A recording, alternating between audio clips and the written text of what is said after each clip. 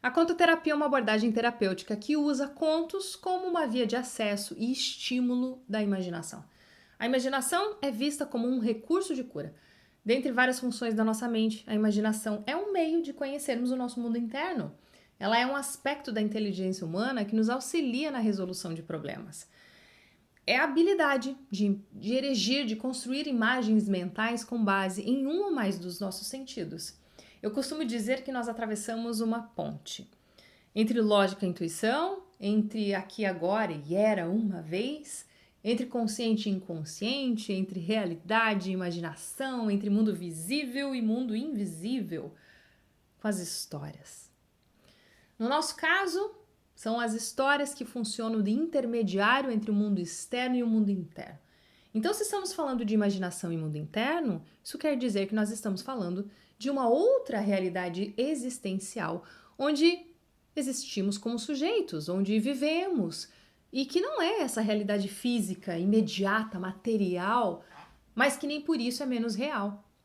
Muitas vezes, por uma questão de educação, por uma questão de tipo de pensamento que nos conduz a determinadas perspectivas de vida, linear, cartesiana, mecanicista, nós tendemos a resolver desconfortos e desafios que nascem no mundo invisível, no mundo simbólico, com ações concretas.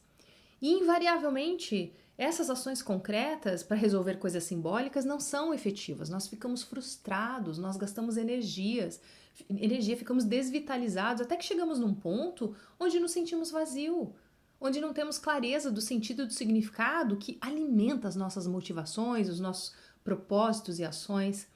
Então, esse discernimento do que é literal e concreto, daquilo que é simbólico e associativo, precisa ser considerado quando a gente está trabalhando com contos. Os contos, assim como qualquer outro tipo de arte, eles nos colocam em contato com esse reino, nos colocam em condições de trabalharmos e construirmos as nossas subjetividades.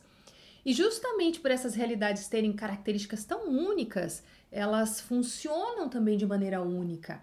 Aqui no mundo concreto das leis físicas, a especialização, a separação, esse dividir para entender o funcionamento das coisas, para entender a mecânica, ele é fundamental. O mundo objetivo pede essa fragmentação como uma forma de compreendermos e o dominarmos. Qualquer um que replicar um conhecimento aqui vai chegar no mesmo resultado. É sobre o objeto, aquilo que está fora de mim e que, para melhorar a nossa vida prática, nós precisamos dominar. Já o mundo simbólico, emocional, sistêmico, ele não funciona da mesma forma. A separação aqui não vai levar a gente a lugar algum. Raramente as pessoas chegam no mesmo resultado. Então, se não é sobre a garantia do resultado, é sobre o quê? É sobre o processo, a jornada, a experiência e principalmente como nós, sujeitos, nos relacionamos com aquilo que nós colocamos o nosso interesse. Então aqui várias respostas são aceitas, inclusive respostas antagônicas entre si, porque não é sobre o objeto, é sobre o sujeito. E a descoberta de como nós nos relacionamos com o outro e com o meio. Assim, respondendo a nossa pergunta, onde que entra a contoterapia? Ela entra naquela parte da nossa existência que tem a ver com as nossas emoções, com quem somos, com a nossa cognição, com a nossa heurística, esses processos cognitivos empregados em decisões não racionais. Trabalhar com história nos proporciona um espaço fantástico de reflexão. Quando nós temos contato com uma história, nós inevitavelmente vamos nos ver refletido nela. Seremos afetados em maior ou menor grau. A história vai ter gatilhos que geram emoções, polaridades que geram consciência, imagens que movimentam o nosso mundo interno. Usar histórias é uma maneira de contornarmos as resistências das crenças que nos limitam. Coisas que estão em nós e que o nosso consciente jamais ia registrar ou perceber de forma voluntária, vem à tona com uma história. E aí temos a oportunidade de refletir sobre a história e não sobre a gente. Mas no fundo é sempre sobre nós.